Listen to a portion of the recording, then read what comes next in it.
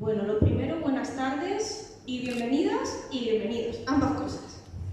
Lo primero también, gracias por venir, porque sé que es domingo y que los domingos son días distintos, son días raros, pero bueno, quizás esta sea una forma de hacer los domingos un poquito menos raros. Os doy la bienvenida a este segundo ciclo de charlas llamado Elche Misterioso. Además es una opción muy bonita que creamos desde Asociación Cultural Invescrim. Nacimos en 2019. Ha llovido un poquito desde entonces, ¿no? Pero la pandemia nos llevó de capa caída. A todos nos afectó, cambió nuestra forma de relacionarnos y hasta nuestra forma de hacer actividades, nuestra forma de congeniar, nuestra forma de saludarnos y hasta nos dejó paraditos en todos los sentidos. Pero bueno, el tiempo fue pasando y aquí estamos otra vez de vuelta. Estamos otra vez de vuelta y de hecho esta es la segunda, ¿no? Estamos en ese segundo ciclo de charlas, significa que hubo un primero, ¿verdad? Ese primero tuvo lugar además en este mismítico año 2023. Un 2023 que ya por fin vino cargado de actividades como a mí me gusta, ¿no? Para poder ofreceros un amplio catálogo y sobre todo que podáis elegir. Ese primer ciclo lo hicimos a partir del mes de febrero, marzo, más o menos, y un poco por tantear el terreno lo que hicimos fue presentar 3 charlas, así a nivel inicial. 3 charlas en las cuales, bueno, pues hoy, igual que hoy, la abrí yo con una charla sobre misterios y leyendas. Otro día estuvo mi compañero Moisés, que luego lo veréis dentro de un ratico, que también estuvo hablando de terapia regresiva. Y un tercer día que Vicente Rocamora, bueno, pues nos habló de su particular forma de entender el tiempo. Y claro, nos dimos cuenta que aquello, bueno, pues es cierto que cosechó algún que otro éxito, ¿no? Porque mirad las fotos. Me acuerdo además que llenamos el Francesc Cantó, unas 60 personas de media. Era sábado, teníamos disponible el Francesc Cantó, hoy tenemos disponible este y aquí todavía hay más sitio, así que incluso lo podemos pasar mejor. Las caras de felicidad espero que luego se reflejen cuando salga la fotico de grupo y también me pongáis así carecas sonrientes porque os necesito para seguir pidiendo salas, así que luego ponerse todos guapos que os voy a necesitar. De hecho, este segundo ciclo lo vamos a abrir hoy. Lo voy a abrir yo con una ponencia sobre bueno, pues crónicas, historias y demás del cuartel de caballería, un edificio ampliamente desconocido, pero bueno, pues hoy os lo voy a presentar y quiero compartirlo también. Pero no voy a ser la única. Porque Moisés, aquí presente, levanta la manita para que todo el mundo te vea, ahí lo tenéis. Moisés nos hablará sobre Elche, enigmas ancestrales. No le voy a desvelar nada. Quiero que los enigmas sean tan ancestrales que os los pueda desvelar él mismo. Luego ya nos vamos al día 1 de octubre. 1 de octubre, dentro de 2 semanitas, otro domingo, nos volveremos a ver aquí, igual, a la misma hora, al mismo lugar. Si queréis, hasta podéis agenciaros las sillas, que no va a pasar nada. Yo os voy a perdonar igual. Ese día nos va a acompañar una escritora ilicitana, se llama Anna Hart, o Ana Esmeralda, que también la reconoceréis. Ana Esmeralda nos va a hablar un poquito de leyendas urbanas, dado que también tiene pues, unos libros relacionados con ese aspecto. Y sobre todo, os va a gustar mucho el tema de la hipnosis. Para la hipnosis vamos a contar con el Centro Ilicitano de Parapsicología, con Luis y Gema, pero también con una sorpresa.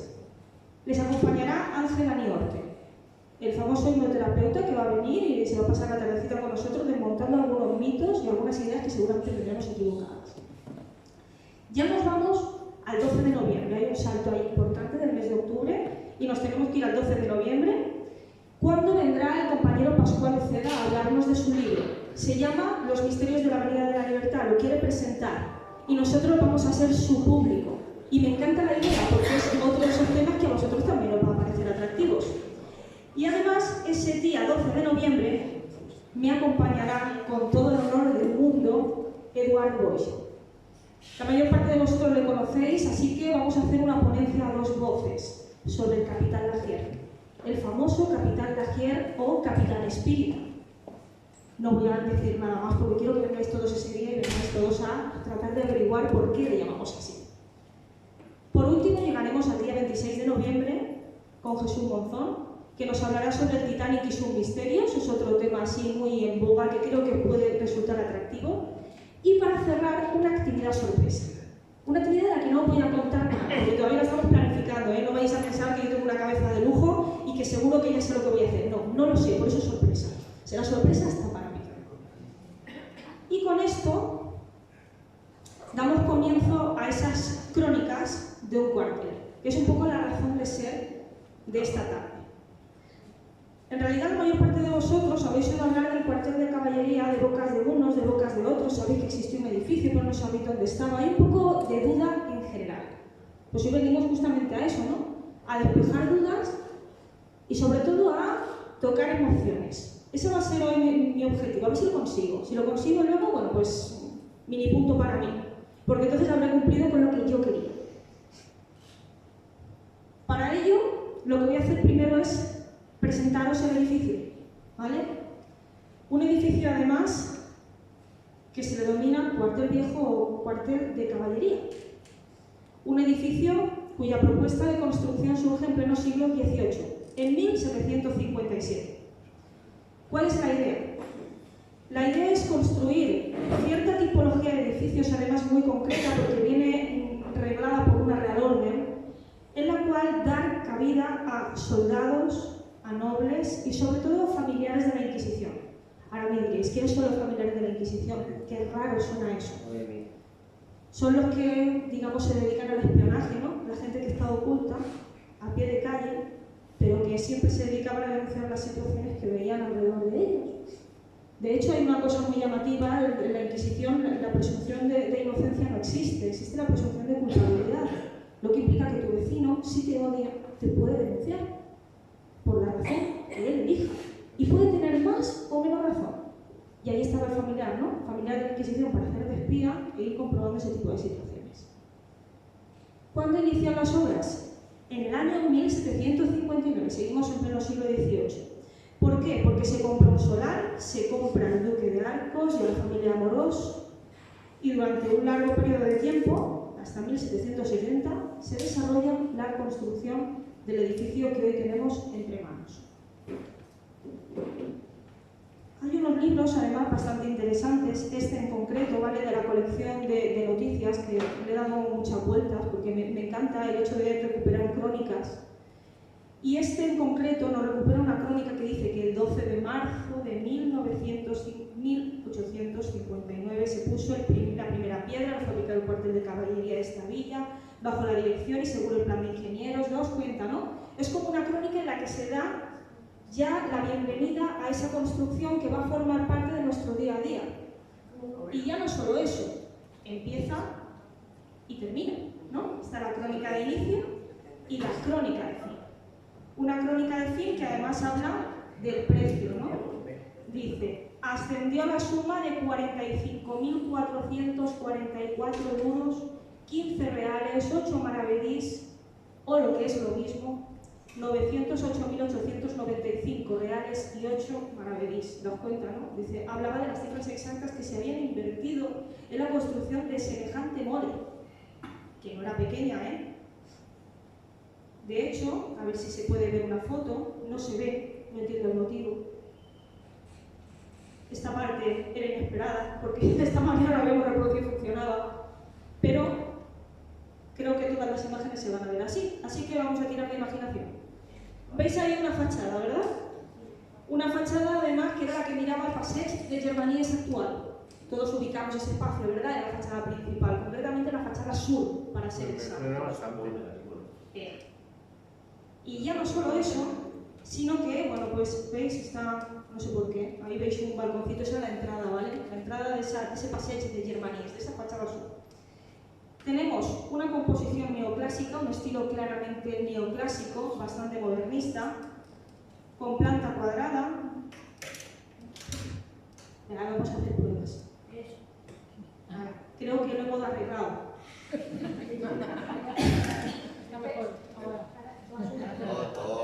No pasa nada, no falta el cúnico, venga, todo el mundo tranquilo. De todas maneras, para que se haga la idea, ese cuartel estaba en lo que hoy se llaman los pisos. Ahí es que ya va a desvelar secretos. Spoiler. Siempre hay alguien que juega con ventaja. Perdona. Más que spoiler. Pero bueno, no pasa nada. Siempre hay alguien. Que me hace el spoiler. Ostras. Lo siento. Bueno, como ya efectivamente tiene razón. Todos sabéis dónde están los pisos azules, ¿verdad? Pues ese maravilloso y gran solar fue el que quedó después de la demolición. Ya sé. ¿Se ve? Sí, se ve, pero lo demás no se ve. ¿Ves? Es que no hemos conseguido no acerréis. No importa. No pasa nada, pero lo importante soy yo, ¿a que sí? ¿Verdad que sí? Pues estamos ahí en planta cuadrada, además una planta cuadrada perfecta, con 4 fachadas orientadas a los 4 puntos cardinales de una manera perfecta. Teníamos una fachada norte, una fachada sur, una fachada este y otra oeste. Y no hay ningún edificio en Elche, que no sea los pisos azules, que esté tan bien cuadrado con un plano. Luego me lo desmontas. ¿Qué cayó aquí? Este aquí bien. Bueno, edificios modernos. Venga, edificios modernos cuyas manzanas estén también ordenadas. Además tenía 2 plantas. Tenía por un lado la residencia de oficiales, la mejor construida, y luego los dormitorios de tropa y las caballerizas, que son espacios mucho más reducidos, mucho más pequeños. Pero en total tendría una capacidad para unas 100 personas de media, que no es poco. Claro, este espacio tiene su función, pero tomó otras funciones a lo largo de la historia, como servir de lazareto en etapa de fiebre amarilla. ¿Qué es un lazareto? ¿Va? ¿Alguien quiere saber qué es un lazareto? ¿Alguien me lo cuenta? Venga, por allí, venga, Cayetano. Yo quería saber. Lo que queremos saber. Un lazareto es una especie de hospital improvisado que se genera por este tipo de situaciones un poco de emergencia, como era la que tuvimos en agosto de ese mismo año, ¿no? Cuando una enfermedad hemorrágica y vírica, como era la fiebre amarilla, nos sorprende. Y ya no solo nos sorprende, sino que desde Cartagena nos llega un regimiento catalán. Ese regimiento catalán se le niega la entrada en otros lugares cercanos porque ya habían oído de la existencia de una epidemia por otra partida por el sur. Pero en Elche éramos tan benevolentes que las fiestas estaban por llegar, estábamos en el mes de agosto, vimos la oportunidad a lo mejor de mover un poco la economía y dejamos pasar ese regimiento. Problema, pues que no estaban todos tan bien como aparentaban de salud. Había 2 enfermillos y esos 2 enfermillos fueron generando un contagio progresivo y sin medida. Tal fue ese contagio que el lazareto que se instaló, que fue en el Molinou, en la zona del pantano, ese lazareto quedó pequeño. Tan pequeño por la cantidad de víctimas que fue necesario emplear un edificio que ya estuviese construido y que estuviese dentro de lo que era la ciudad para poder gestionar un poco esta malaltía. Efectivamente, el cuartel viejo era el más indicado, por decirlo así. Funciona como hospital durante un largo tiempo, al menos durante esos 4 meses de epidemia y alguno más. Incluso los plenos del ayuntamiento también llegaron a celebrarse en ese cuartel porque el gobierno quedó un gobierno en funciones, aquello era un estado de alarma en toda regla. Y fue una parte de la historia demasiado truculenta, probablemente más de 11.000 víctimas en 4 meses. Si contamos que en aquel momento tenía 20.000 y hacemos una resta, nos haremos una ligera idea de lo que pasó en aquel momento y que nada tiene que ver con las situaciones presentes ni diferentes que hemos vivido después, sino que esto verdaderamente fue una pandemia en toda regla. Claro, llega un momento que efectivamente el cuartel abandona su función original. Ya deja de tener un uso militar, una función militar propiamente dicha. ¿Para qué? Para pasar a subastarse y a convertirse en viviendas para personas desfavorecidas. Y esta es una parte de la historia que, bueno, pues en cierto modo me toca un poco. Me va a tocar un poco porque, bueno, pues no sé si alguna vez habéis escuchado el insulto, palabra maldicha llamada cuartelero barra cuartelera. ¿Cuántas veces habéis oído eso? Pues yo nunca. Pues era muy común. Hace un montón de tiempo era muy común. Y era un insulto, era muy malo. Cuando te llamaban así, bueno, pues, ¿qué decir? Luego me vais a entender el porqué. Yo soy un poco, cuartelera, un poco o bastante. Entonces, probablemente me entenderéis también. Efectivamente, cuando se instalan personas, la degradación del edificio va a ser progresiva. Ya no se va a conservar de la misma forma que se había conservado hasta la fecha. Y si se ven las fotos, esta parte ya me gusta más. Ya se ve algo. ¿Veis? Bueno, pues siglo XVIII, siglo XIX, sobre todo XIX, la cantidad de personas, ¿no? No suelen ser muy ricos y muy pudientes, ¿eh? De hecho, mirad los restos de un campamento en una de las fachadas. Esa es otra de las fachadas, concretamente la principal, la misma del Paseo de Germanías, pero sus últimas. Ahí, en la acequia, ¿no? Donde venían todas las aguas que bajaban de allí, no estamos en una zona muy complicada. Ese es un poco el resultado de la degradación.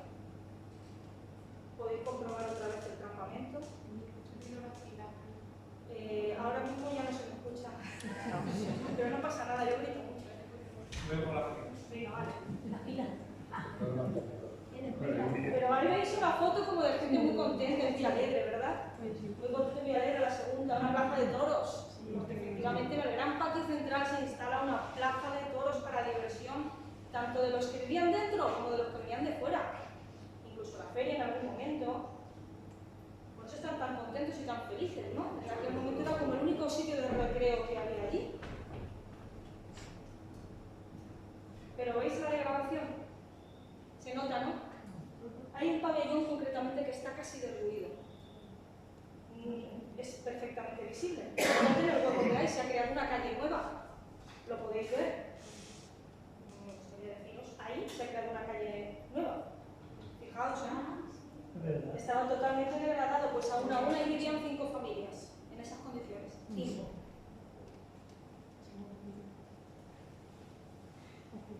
Claro, efectivamente, como no podía ser de otra manera, llega el principio del fin, ¿no? Por decirlo de alguna forma así un poco más benevolente. Porque un informe además hecho desde el ayuntamiento, va a determinar que eso no es habitable y hay que tomar una decisión, ¿no? Esas decisiones, bueno, yo os voy a dejar una copia de ese informe, ¿vale? Quiero que lo veáis por este lado. Yo ya lo he visto. Pues, lo podéis ojear un poco para lo que se decía en la época y de qué manera estaba todo tan deteriorado que no se podía solucionar. Y yo me voy a basar un poquito en ese informe y en crónicas familiares para contaros en qué consistía el edificio de CD. Vale, yo grito, ¿eh? No pasa nada. Sí, ¿verdad?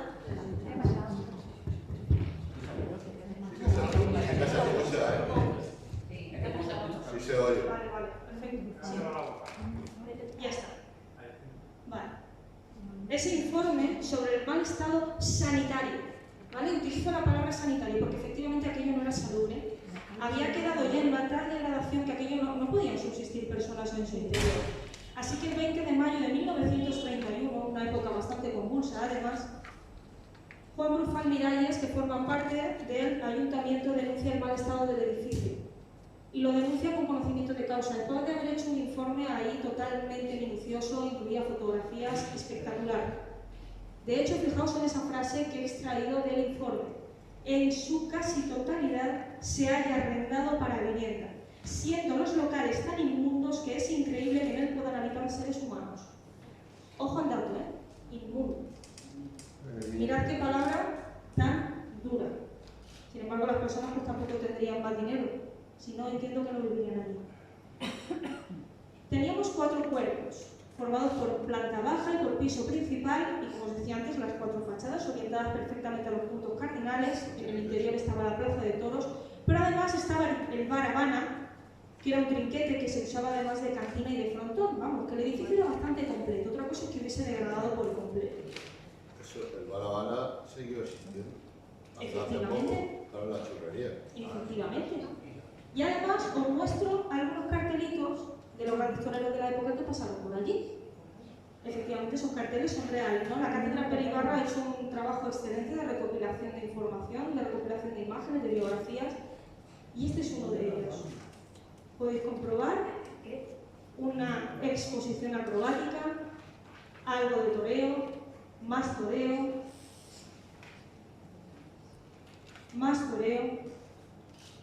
exaltación del arte licitano. Fijaos, ¿eh? Qué bonito debería ser aquello. Más toreo, una novillada. Daos cuenta, ¿no? Esa era la celebración habitual. Dices, el edificio estaba en muy malas condiciones, pero qué divertido debía ser estar aquí. Aquí tenéis una foto de la planta, ¿vale? Que demuestra lo de los 4 puntos cardinales que os estaba diciendo. Ese es el solar de pisos azules, ¿vale? Totalmente. ¿Veis? Mirad dónde estaba la placica de toros. ¿La veis también?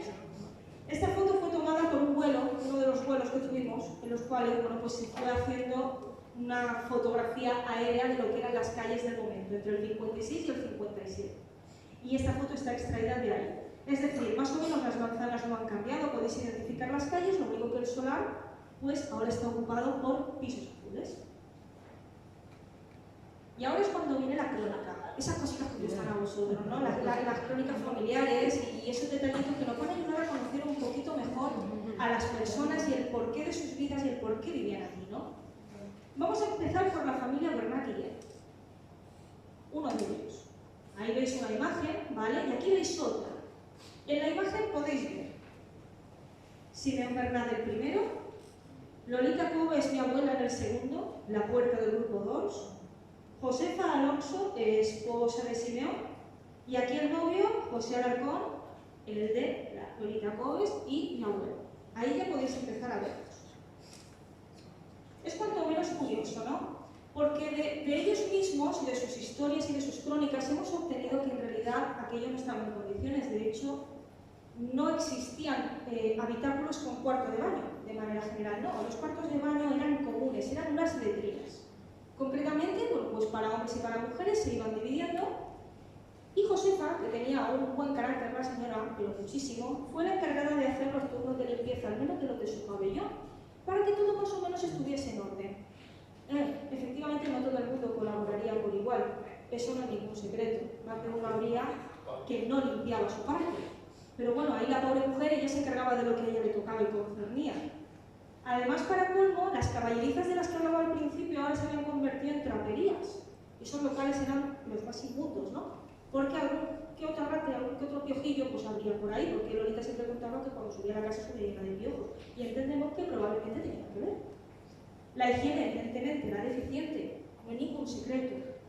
Pero para colmo, la mayor parte de los habitáculos no tenían luz eléctrica.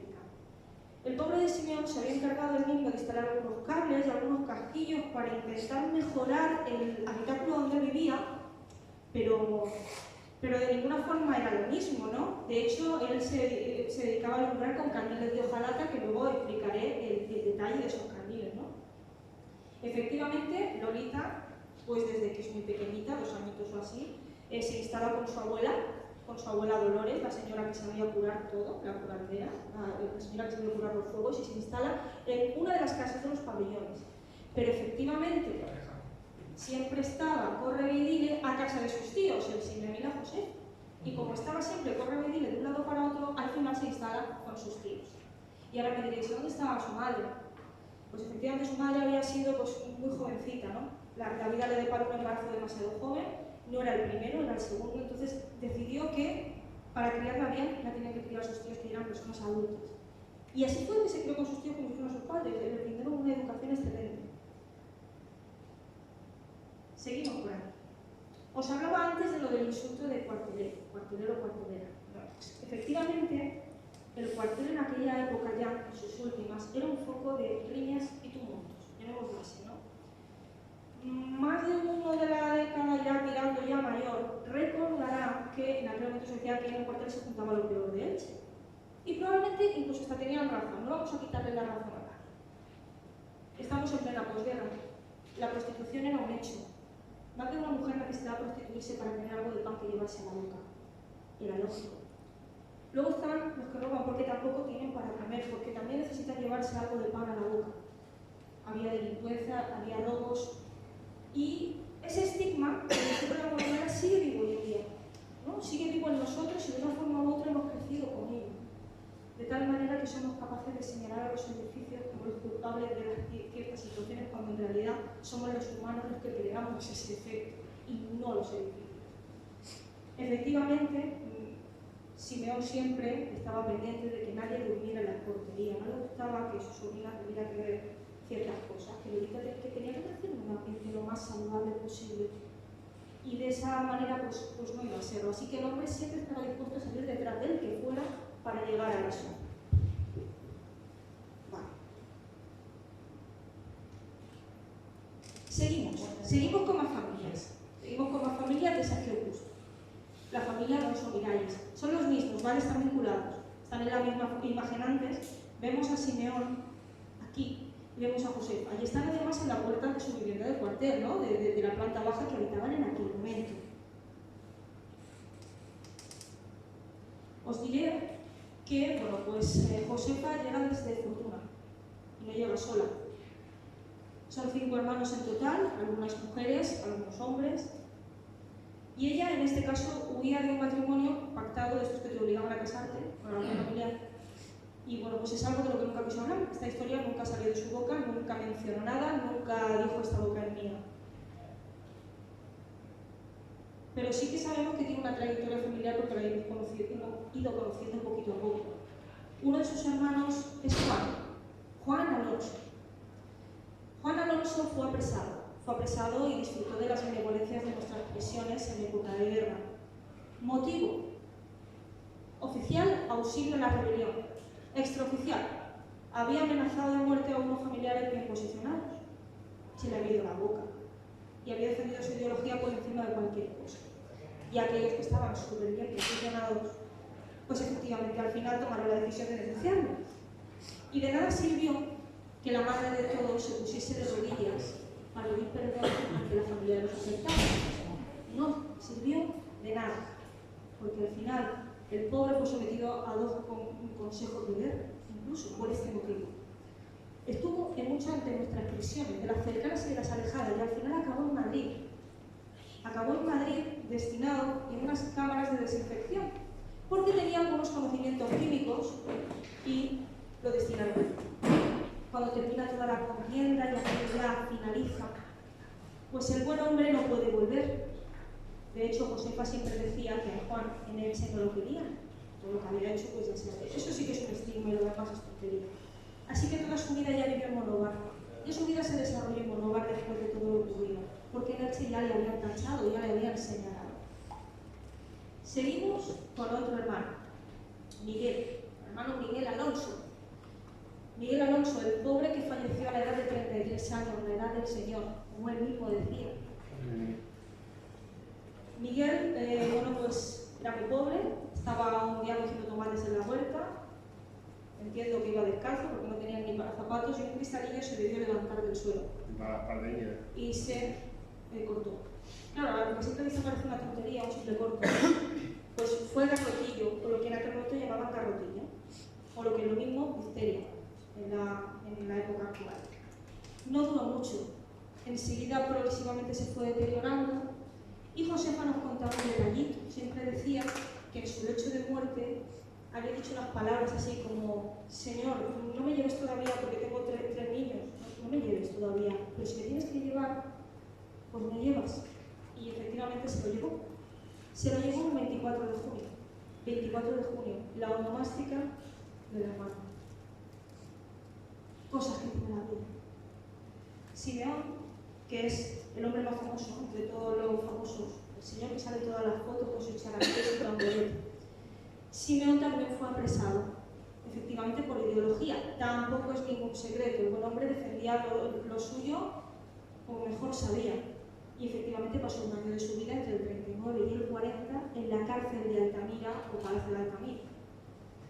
Solo Dios sabe lo que pasaría allí, porque nunca volvió a hablar del tema, ni salió la palabra política por su boca. Él siempre sabía perfectamente diferenciar lo que era la política de lo que era la familia, y nunca quiso mezclar ninguna de esas dos esferas. Nunca. Efectivamente, vivían de una forma muy pobre. Se puede ver simplemente en la imagen de la puerta, ¿verdad? Podéis ver exactamente las condiciones en las que estaba el edificio a finales de los 50, para ser exacto. Además, Simeón no había quedado muy bien parado después de los apresamientos, ¿no? Sus pulmones habían quedado seriamente lesionados, probablemente la tuberculosis hizo mella en él, algunos se los llevó, otros vivieron enfermos toda su vida, como fue en su caso. Sin embargo, y a pesar de tener la garganta y los pulmones tan tocados, siempre le podréis ver en fotografías por ahí por las redes tocando la charamita y el tamborete. El buen hombre siempre estaba haciendo alegría a la gente con su música. Cosa de la vida. Además, y como eran tan pobres, pues eran tan pobres que no tenían dinero para comprar los medicamentos que él necesitaba, lo que ocurría era que no le fiaban en la farmacia tampoco, lo que ella ganaba sirviendo en casas de ricos tampoco era suficiente. Así que, bueno, pues se dedicaban a recoger latitas en la calle, latas que ya nadie iba a utilizar, latas abandonadas a su suerte, y él hacía carriles de hojalata. Y los hacía para vender. Al igual que alguna que otra agua de colonia, que esta sí que la vendía Lolita Pobre cuando era pequeñita, con una cestita, los domingos le mandaban a vender colonias, y bueno, pues de una forma u otra, cada uno se iba ganando la vida como podía. Vamos a hablar ahora de otra familia, la familia Botella. Esta es nueva, esta es diferente. Vemos aquí a Emilia Botella y la vemos acompañada de algunos niños, y digo yo, ¿reconocéis esa farmacia? Decidme que sí, por favor.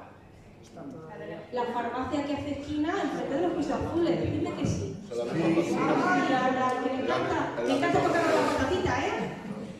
Pues esa farmacia sigue ahí viva y para que veáis había una fuente enfrente. Madre mía. La fuente donde todos iban a recoger agua. Que tampoco es ningún secreto. Nuestra querida Emilia Botella, mi abuela por el otro lado, se casa con Miguel Cano, ¿no? Aquí la veis. Emilia tenía 4 hermanos, ¿no? Y los 4 nacen en Sao Paulo, en Brasil. Nacen en Brasil, pero evidentemente cuando son todavía chiquitos la familia regresa a España a pues, retomar un poco su vida y ver exactamente cómo se puede ganar el pan aquí en su tierra. No fue fácil, ¿eh? No fue fácil porque probablemente la situación de los Botella era un poquito peor que de los otros. Es decir, vamos un poco en degradación. Además, una de las hermanas, Isabel, fallece por enfermedad a la edad de 18 años, jovencita. Además, era muy guapa. Hay una foto en internet, si queréis tener curiosidad. Isabel Botella más Chaveco. La apodaban así. Falleció a los 18 años. Y además, con el paso del tiempo y haciendo indagaciones, he podido averiguar que bueno, pues estuvo enterrada en el patio de Santa María. No sé si conocéis el patio de Santa María en el cementerio. Hasta que finalmente ya deja de existir, se exhuma el cadáver y no sabemos dónde está. Nadie tiene constancia de que Isabel Botella esté aquí o allí. No sabemos quién recuperó el cuerpo. Además, a Emilia no paran de pasarle desgracias, porque un hijo fallece poco nacer, tenía 6 meses el niño. Además está enterradito con ella. Y para colmo, Emilia Botella siempre la recordamos por su enfermedad. Una enfermedad rara, al menos a día de hoy incluso sería rara para nosotros. Una enfermedad que efectivamente se la llevó. Es una enfermedad en la cual, bueno, pues se podría decir que hoy en día se llama ascitis y es una importante acumulación de líquido en la zona abdominal. Y todo aquel que la recuerda a Emilia la recuerda por ese motivo. Cuando alguien piensa en Emilia, la recuerda por siempre su abultado. Pues efectivamente esa enfermedad se la llevó, y se la llevó en el mítico hospital de Alicante, donde pasaba consulta. No pudieron hacer nada por ello, que eran las típicas enfermedades que no tenían explicación ni razón de ser. Lo que sí sabemos es que mi abuelo, el Miguel Cano primario, mi abuelo lo que hizo fue usar polvos de muerto. Ya me diréis, ¿qué es eso, no? Ahora viene la parte misteriosa de la charla, ¿no? Siempre meto algo de misterio, pues evidentemente esta es la parte misteriosa. Sabemos que en un intento desesperado de salvar la vida de alguien, podemos llegar a hacer cosas que ni tan siquiera nos imaginamos que podríamos hacer, y probablemente mi abuelo lo que intentó fue exactamente eso. Para ello, a finales de los 60, no sabemos a qué precio, porque no lo sabemos, consiguió una bolsita de polvos de muerto en un cementerio en Villena. Huesos humanos machacados. Y seguramente se los hizo tomar de aquella manera, no sabemos cómo.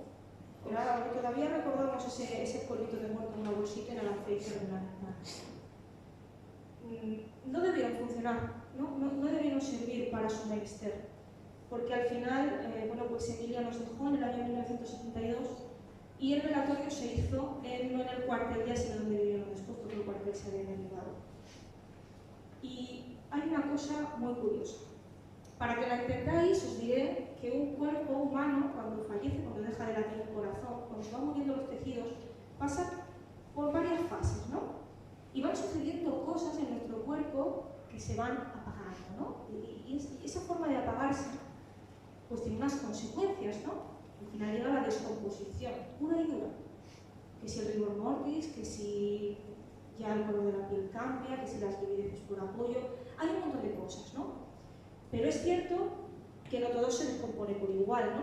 Porque depende de la causa de la muerte, si hay alguna enfermedad previa, si hay alguna patología, lo que sea, pues todo eso influye. Y no sabemos de qué manera influye en el sentido de que, bueno, pues el cuerpo de Emilia Botella no llegó a descomponerse. Estamos hablando de 1972, ¿verdad? Ha llovido bastante, más de 50 años, 51, ¿verdad? Pues os puedo decir que desde 1972 no se ha podido hacer ningún sepelio más dentro de esa tumba, en la calle San Jaime del cementerio. No ha podido porque Emilia está de la misma manera en la cual se marchó. No se puede hacer enterramientos nuevos. La razón, no lo sé, parece más mágica que otra cosa. Igual a lo mejor los polvos de muerto no hicieron su efecto y sí contribuyeron a mejorar su situación de alguna manera. La cuestión es que seguramente los polvos de muerto recuerden a los polvos de momia. En algún momento habéis oído hablar de los polvos de momia. Los polvos de momia momia al final tiene unos efectos milagrosísimos para la salud, según la tradición oral.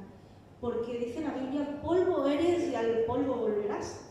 Y efectivamente los huesos guardan toda la información de nosotros, de nuestra causa de muerte, de nuestro nacimiento. Somos exactamente polvo. Si es que al fin y al cabo, más razón tengo yo que usar. Pero guarda el ADN, esa persona. Pues esos polvos, os diré una curiosidad, esos polvos de momia se llaman polvos de momia porque pensaban, cuando los persas empiezan a comerciar con las momias, que es muy probable de la historia, y cuando los orientales se dan cuenta de que esas momias están comerciando con propiedades curativas, pensaban que las llamaban momias porque estaban cubiertas de mumia. Las momias son nuestra cosa, pero pensaban que era tan milagroso que debido a la confusión lingüística empieza a traficarse literalmente con las momias como si aquello fuera el negocio del siglo. Y ojo, debió serlo, porque hasta empezaron a momificar cuerpos de personas que habían encontrado en la calle de aquella manera que los pasaban con momias reales. Decir también que al final el negocio fue verdaderamente lucrativo. Pues de ahí viene lo de los polvos de momia y probablemente lo de los polvos de muerto. ¿Que funcionaran o no funcionaran? No lo sé. Pero que Emilia está igual que estaba cuando se nos fue, eso sí lo sé. Ahora ya, las elucubraciones nuestras. Como os he mostrado, ese informe del mal estado sanitario del edificio nos da que solo 2 viviendas reunían las condiciones mínimas, solo 2. La mayoría, por no deciros casi la totalidad, necesitaban obras, pero obras de verdad, obras serias. 5 eran casi insalvables, las 5 familias del pabellón de ruido del que os hablaba antes. Por ahí no se podía hacer nada. Y además había una falta de limpieza e higiene en todo el cuartel. Era una evidencia, ¿no? De hecho, no cumplía con esa Real Orden de 1923, ¿no? De que debían reunir los miembros de unas condiciones higiénicas y sanitarias adecuadas. Cuando se realiza además ese informe, se determina cuáles van a ser las consecuencias de llevar a cabo lo que se propone. Hay que sacar de ahí a las familias. Son muchas. ¿Qué hacemos con ellas? ¿Dónde las publicamos? ¿Qué conclusión llegamos? Además, para colmo, numerosas viviendas no cumplían con la superficie mínima. Claro que no. ¿Cómo iban a cumplir con la superficie mínima si se hablaba de que eran dormitorios, que no tenían ni baño? ¿De qué superficie mínima estábamos hablando? De ninguna. Era necesario incluso derribar tabiques y hacer de varios habitáculos una sola. ¿Qué hacemos con el resto de las familias? Tendríamos que reubicarlas igualmente otra vez. Las dificultades no paran de crecer, de una cosa a otra. Y esto no tenía solución. Así que llega el fin. Llega el fin de los 60. Un fin en el que se declara la ruina y demolición del edificio. Probablemente una de las peores decisiones, porque a lo mejor se podría haber hecho algo, era parte de nuestra historia. Las familias se tienen que trasladar. ¿Dónde? Voy a decir dónde, para que lo sepáis. Al grupo 2, que se construye entre el 58 y el 59. ¿Sabéis dónde está el grupo 2? No. ¿Sabéis dónde está el Corte Inglés?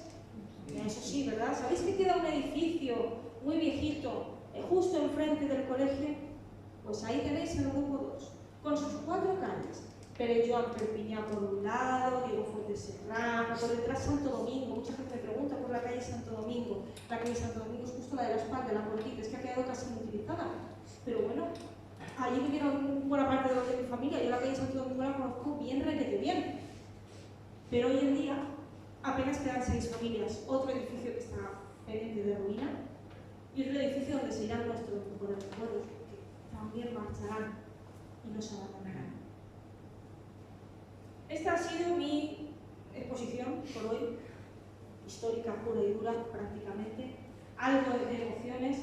Espero que hayáis disfrutado, que os haya gustado, que hayáis aprendido algo nuevo, por lo menos que os resuene en la cabeza el cuartel viejo, lo que significa ser cuartelero, alguna. Y además que sepáis que tenemos la Asociación Cultural en redes sociales para lo que necesitéis, para que podáis fisgar, para que cualquier evento que os guste, que os vendáis, que no tengáis problema, que aquí hay sitio siempre para todos. Además, ahí tenéis mi correo electrónico y las rutas que hacemos cada fin de semana. Elche Oculto y Elche Misterioso, que es más puntual. Soy la guía de rutas misteriosas en la ciudad, es decir, si habéis visto algún tipo de anuncio de este tipo en ¿Ruta erótica? Facebook, Sí. soy yo. Para que se la fini. Pues ya para que veáis, esta soy yo, la chica pelirroja que cuenta historias de miedo en la calle, como me llaman así. Entonces, cuando veáis un anuncio así de molón, la que está detrás soy yo, prometido, que no os digan otra cosa porque soy yo. En este Halloween tenemos planes, muchos proyectos, que ojalá salgan, no, estoy cruzando los dedos, porque si salen a lo mejor algún logotipo más veréis por ahí. ¿Qué diferencia hay entre hecho oculto y misterioso? Pues el hecho oculto es la que hacemos cada semana durante todo el año, cuyo recorrido es por la Vila Murada, centro ciudad, y el Elche misterioso, que la sacamos, digamos, de paseo solo cuando el centro está abarrotado. Ese Elche misterioso consiste en recorrer por la ladera del río desde el Palacio de Altamira hasta la Biblioteca San José, con historias diferentes, ¿vale? Historias distintas, tanto esa como esta, totalmente distintas. Lo único que, claro, el Elche misterioso sale de vez en cuando de paseo. También tenéis las dos publicaciones, esta es la primera, curiosamente vio la luz un 23 de abril, un San Jordi, y curiosamente este anillo que veis aquí, este otro, es de un 23 de abril, cuando se supone, que yo no lo tengo tan claro, que Emilia Botella, mi abuela, contrajo matrimonio con mi abuelo. Igual todo tiene sentido, ¿vale? Pues ahí tenéis, esto es un 23 de abril, esto ya no lo es, esto ya fue en el 2022, pero le di continuidad. Le di continuidad a un poco todas las historias que me he ido contando y ojo, que seguro salen más. Tenéis disponibles por ahí algunos libros, si alguien luego me quiere dar una alegría, pues yo me la llevaré con toda la ilusión del mundo. Sabéis que tengo una mano derecha para firmar, que es cosa fina. Y sobre todo, darle las gracias y preguntaros, ¿lo habéis pasado bien? Sí. ¿Habéis aprendido? Sí. Mucho. Venga, pues con energía quiero ahora a todos que Moisés va a venir el siguiente. ¿Eh?